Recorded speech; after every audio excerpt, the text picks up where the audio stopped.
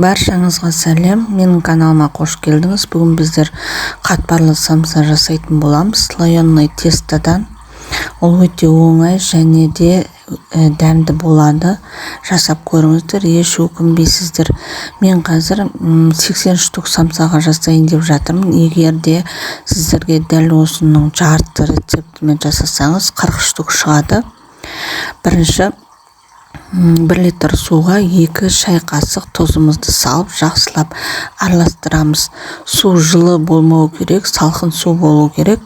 Салқын сумен сонымен қамыр илейміз.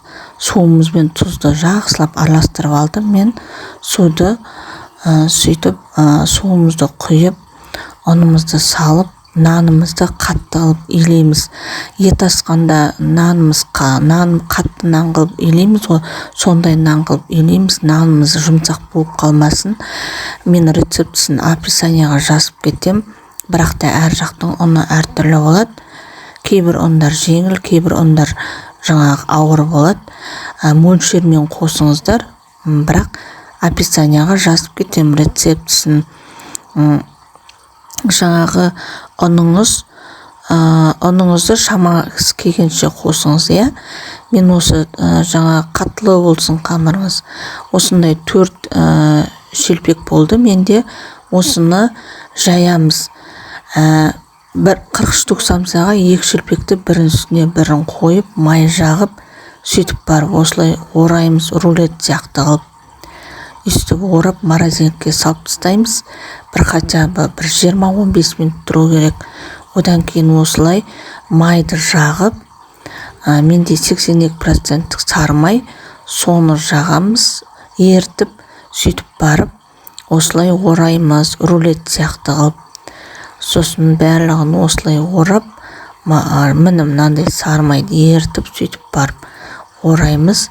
Содан кейін жаңағы бүйтіп орап, қазір көрсетем, жаңағы не істейміз, морозилкаға салып тастаймыз. Егер де менің видеоларым ұнап жатса, қажетіңізге жарап, пайдалы болып жатса, сақтап қойыңыз.